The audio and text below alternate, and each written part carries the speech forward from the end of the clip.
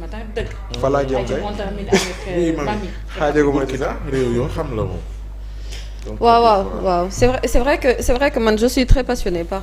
cette question concernant yenn état africain yeeg géopolitique bi ni muy doxee ak neneen ni mel et c'est vrai que man personnellement dama bokk ci enfin dama ne souteneur mais disons que j'aime bien l'esprit de l'AES j'aime bien comment eux ils fonctionnent j'aime bien idée bi leen boole rattaché ak yooyu maintenant la question de l'amour que porte le peuple burkinabé par rapport à Ousmane Sonko pour man c'est une question qui ne se pose même pas pour la toute bonne et simple raison que Ousmane Sonko a toujours été accompagné du peuple burkinabé avant même que muy accéder au pouvoir. On se souvient même dans ces vidéos, on voyait souvent derrière la photo de Thomas Sankara bi nga xamante ne moom moo ko doon wër derrière. Et si le point culminant de sa visite au Burkina Faso, c'est justement mu assister ci li nga xam ne mooy cérémonie inauguration ou mausolée dédié à Thomas Sankara ak 12 compagnons, c'est parce que la présence de Ousmane Sonko ci moment bu symbolique boobu dafa am signification ci ñoom. Il aurait pu y être à une date boo xamante ne inauguration mausolée boobu du fa nekk pour tous ceux qui connaissent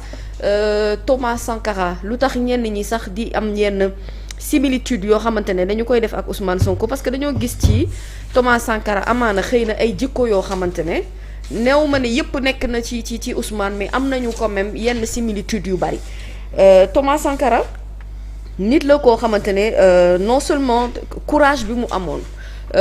détermination bi mu amoon le sens du panafricanisme bi nga xamante ne moom moo nekkoon ci moom c'est quelqu'un qui a sauvé le peuple burkinabé et qui est arrivé également au pouvoir très très jeune à l'image aujourd'hui de notre président de la République Bassirou Diomaye Diakhar Faye Thomas Sankara bokk na ci les fiertés des grands noms africains yi nga xam ne aujourd'hui on peut parler de lui comme on peut parler de Nelson Mandela comme on peut parler de certains hommes forts d'Afrique yi nga xam ne dafay joxe référence ci li nga xam ne moom mooy courage africain bi li mu war a représenter Ousmane Sonko a su avoir le verbe qu'il fallait il a su avoir le courage qu'il fallait pour imposer une transition de manière démocratique il a su également montrer et redonner de l'espoir à un peuple africain boo xamante ne à la limite dafa mel ni dañoo nekkoon à la recherche ou à la quête d'un symbole boo xamante ne mën na nekk un symbole représentant l'esprit africain on ne peut pas parler d'États-Unis d'Afrique si aujourd'hui on ne converge pas dans le même sens quoi qu'on puisse dire ñu dénoncer oui ou non les putsch yi nga xamante ne gis nañ ko ci yenn états yi il faut dire que les situations ne sont pas les mêmes te dafa am loo xam ne man dama ko gëm mooy ne chaque état a sa propre souveraineté qu'on doit lui laisser sa façon de pouvoir gérer son peuple xëy na moo ko gën a mën a adapter maintenant sur les règles communes yi ñu bokk ñun Afrique mooy ne on doit pouvoir faire de cette terre boo xamante ne non seulement dafa fiable terre buy mën a exploiter ay richesse am ñu mën ko jàppalante sunu biir terre boo xam ne oui pourquoi pas y arriver aujourd'hui à ce que la force bi nga xam ne kii am na ko AES am na ko taxawal seen propre devise dérouler li nga xamante ne moom mooy seen propre stratégie taxawal seen ay propre passeport xeex aujourd'hui loo xamante ne xëy na mooy ne tubaab bi sonal nañ ñu ci bu baax a baax ñu décider ne il faut savoir dire stop à un moment donné et pouvoir voler de ses propres ailes c'est prendre conscience des capacités africaines te man loolu laa gëm ni en soi néew ñu ni Ousmane Sonko c'est le miracle bi nga xamante ne dëgg-dëgg il vient pour changer mais dañu bëgg wax ne la philosophie qu'il apporte c'est une philosophie qui nous rappelle quelque chose et quand tu parles aujourd'hui de Ousmane Sonko évidemment bu ñuy def corrélation ak Thomas Sankara ce n'est pas pour rien même ça les Français l'ont compris et c'est là où déclic bi ça a fait peur à un certain moment léegi nag on peut être d'accord ci leur façon de procéder ou ne pas être d'accord ci par rapport ak ñoom ni ñuy doxalee mais je crois qu'ils ont les clés en main en tout cas pour que ñoom ñu mën a tànn dëgg-dëgg li nga xamante ne foofu la ñu bëgg jëm te leur lecture est claire ñi ñu bëgg defal discours bi itam ñooñu aussi ils ont compris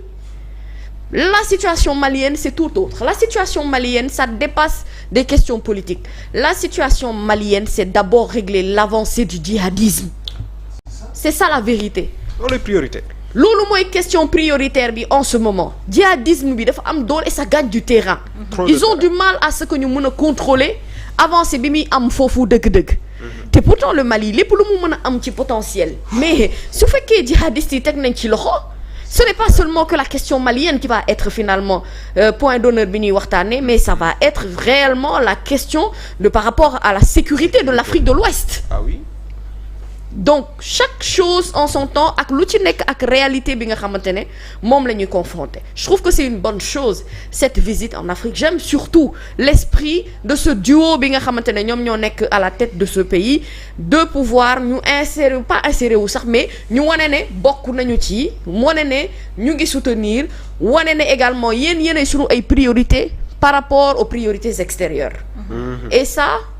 personne en Afrique ne peut l'enlever ci xolu africain yi. Parce que tu sois sénégalais ou d'une toute autre nationalité,